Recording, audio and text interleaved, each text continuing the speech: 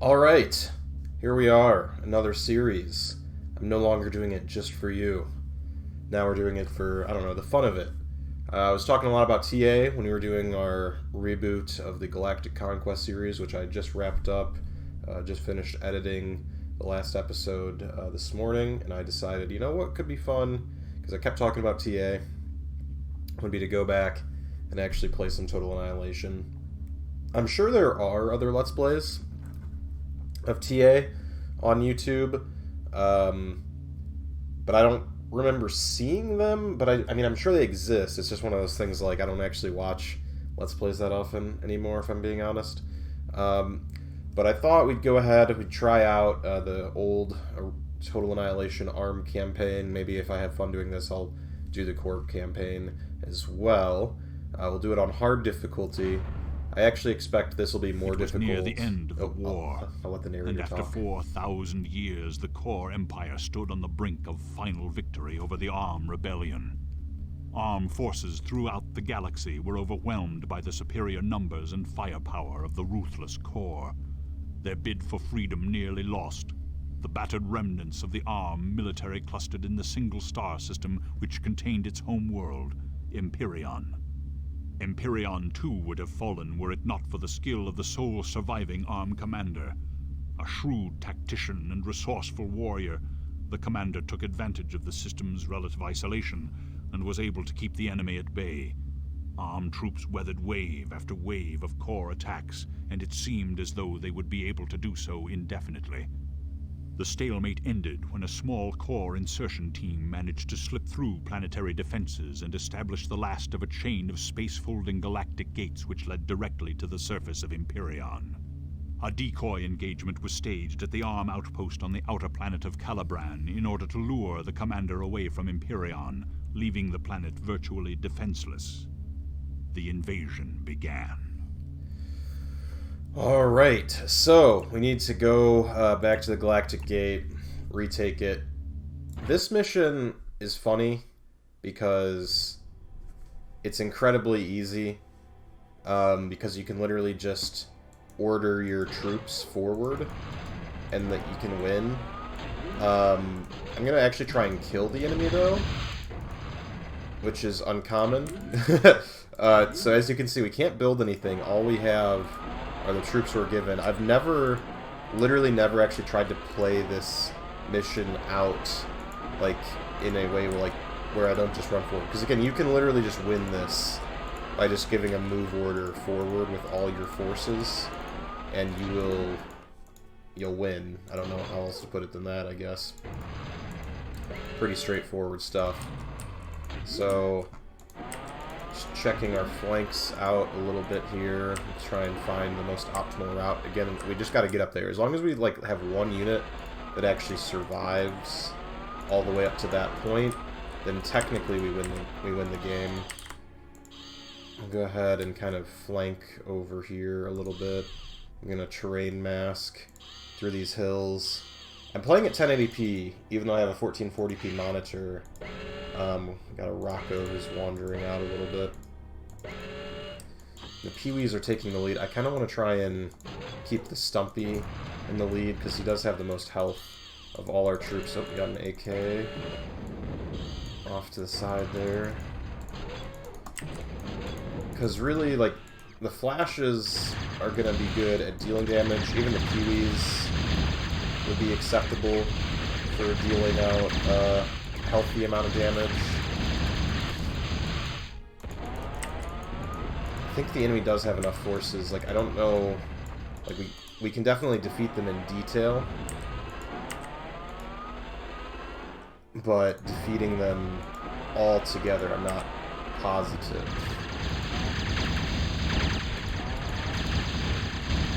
A lot of weasels. So again, we're playing on hard difficulty, but I haven't lost a unit yet, I don't believe. I mean, I'm tempted just to win at this point. Sorry, we already made it through. I was trying to be... Again, I could have done this way quicker, because you literally just give a move order. It's kind of funny how much harder the core first mission is. But, let's see. Oh. Come on. There we go. So we're probably going to do 2 missions, I think, this first episode. Just because if we don't, then, like, it'll just be way too quick. We get a nice little victory screen. Yep, 6 kills, 0 losses. Very fun. Alright. Let the narration go again. Although they had managed to free the captured gate and return their commander to Empyreon, armed troops continued to weather attacks by core forces in increasing numbers. It became apparent that the core had managed to construct a K-bot lab somewhere on Empyreon itself and was building an army as fast as it could. Okay, so we can finally get our commander now that we've recaptured the gate, so the commander can come back through. Unfortunately, we can't build wind generators, which would be... If you've played TA, you know that on almost all maps, it's better to build wind generators than solar collectors. Solar collectors are just ridiculously expensive compared to what they actually give you in their yield. And solar or wind generators are significantly less expensive. They do vary their production, so you know you might have wind generators that they're giving you 5 energy per second, and then the next, you know, they're giving you 20 or whatever, as opposed to solar, which is always flat 20. But because it won't even, so you can see it's grayed out, so it won't even display how much it costs. But suffice it to say that even though you don't always get as much energy from them, they're almost always the more efficient thing to build, because they build a lot faster, they're significantly cheaper. Of course, it's an old school game, so we have our we have to map the terrain basically as we go along. So we can... Oh, commander, okay, finish that up. You guys, we don't want to lose that. My micro, okay, probably, yeah, we are going to lose that, it's a bummer. My micro is a little old, you know, what can I say? I haven't played this game in forever. I played one skirmish on Gods of War earlier today to make sure that OBS could actually record it, because you can look... Okay, look at the mini-map. Look how big our screen is compared to the size of the map. It's kind of ridiculous. So, I remember... I can't remember which map it is, but there's a map I know... I don't think in the campaign. I think in the campaign will be okay. On the core campaign, I think it's so small, we might have to turn it down. If we do the core campaign, the first mission is... I think the map is so narrow that even a 1080p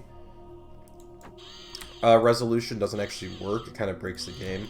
So we'd probably have to turn it down for that. On the ARM campaign, I don't believe that we'll have an issue. We can't build construction units. Our only option is our commander for building additional things. I can't remember the full layout of the map either. We're going to hold this point, I guess, which I think should be fairly easy to do. I know there's an LLT somewhere down here, I think on the opposite side of the river. Can you guys all hold position? Okay, we got more enemies coming. A lot more.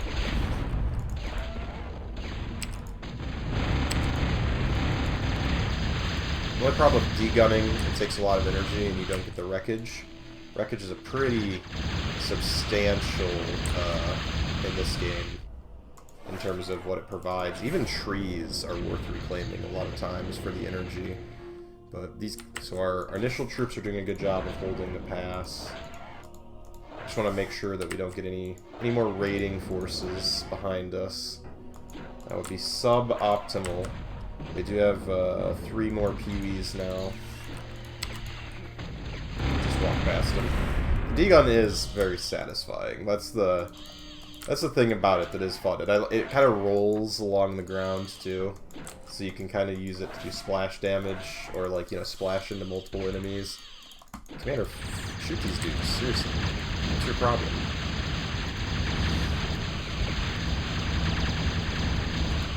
So we've got enough of a force now. Commander is, for some reason, I don't know why he's behaving. Like, I guess it's just, you know, whatever, it's an old game, but I feel like he's not really engaging.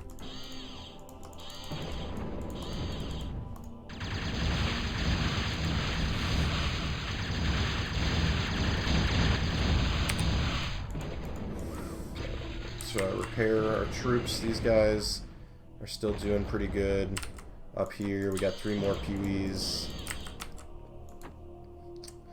I think, if I remember, this mission is also possible to theoretically win with your commander, just with a, you know, a healthy amount of D-gun slinging, but just for fun, I think it's going to be entertaining to try and get it done with, you know, actually tactically maneuvering our forces in an interesting way.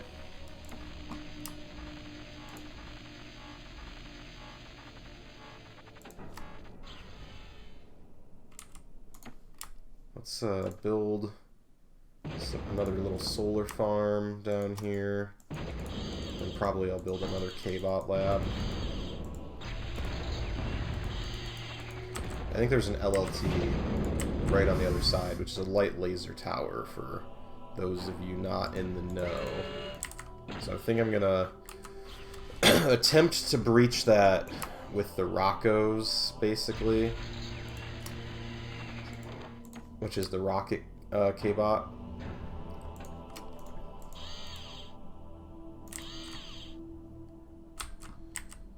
Got one Rocco that's a veteran already, doing a lot of work up there. We got quite a few Pee-wees. Let's send this force to take the other side of the river. How many more are in the queue? We've still got 18 queued. That's a... I mean, in Planetary Annihilation, that would be like nothing, but in Total Annihilation, 18 is still going to take us a couple minutes to actually work our way through. Okay, we can see the edge of the solar collector there. So let's go ahead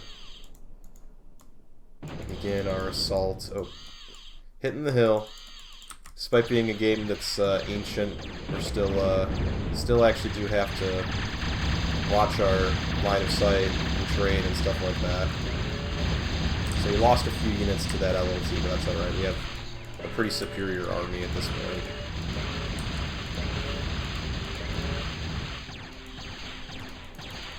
Oh, another LLT.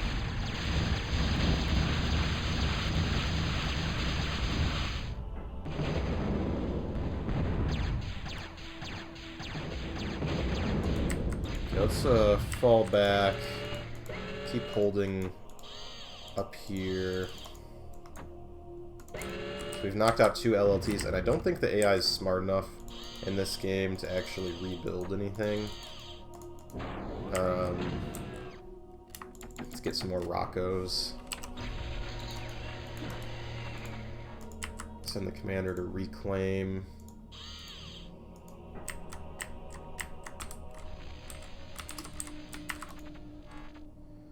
Once we get a few Rockos online over here, we'll go ahead and actually send an assault force over to clear this area. Got more Pee-wees to reinforce our troops.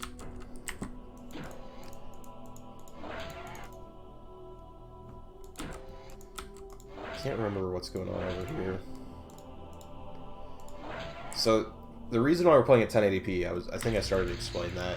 So this game literally, like, you know, there's no zoom in and out, or there's not really a zoom in the way you'd think about it. So if I want to zoom in and out, basically I almost have to go into the settings, and I need to change the resolution. And the higher the resolution is, like, you can almost imagine everything on the screen stays the same amount of pixels. So if I set, you know, the resolution to 640 by 480, everything looks huge. And if I set it to 2560 by 1440, I get this much wider view.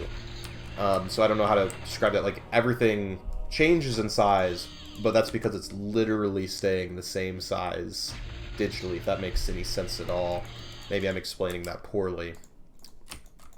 But that's why you have to be careful with some of the maps, because some of the maps are literally, because the game is so old, like only a certain amount of pixels wide. So when you set it to, you know, whatever higher resolution, it was higher than what, you know, the game was anticipated to being played at back in the day. Your screen is literally like wider than the map itself, and that causes all sorts of interesting issues. So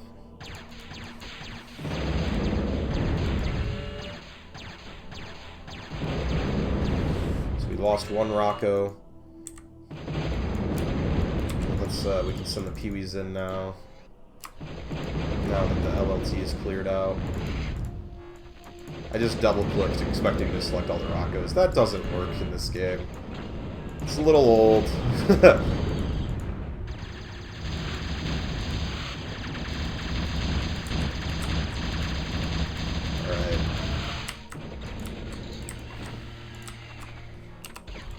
Let's attack from the north as well.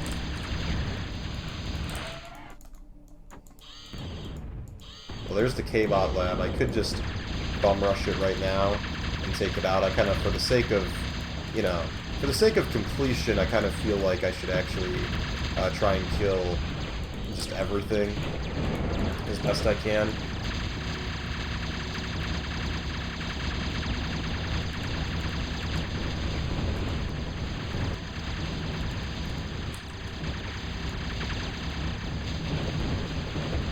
Enemy's got a lot of AKs. I could just degun the lab right now. I want to degun a few AKs just for fun. Oh, I accidentally got the lab. Oh well. Commander has 10 kills in one mission. That's fun. Alright. So there we go. There's missions 1 and 2 of the Total Annihilation Let's Play. What do we got? We got 41 kills, 21 losses. Not the greatest, but not the worst. So we'll go ahead and save that, and we'll call it a wrap on this first episode of TA's Let's Play. 25-year-old game.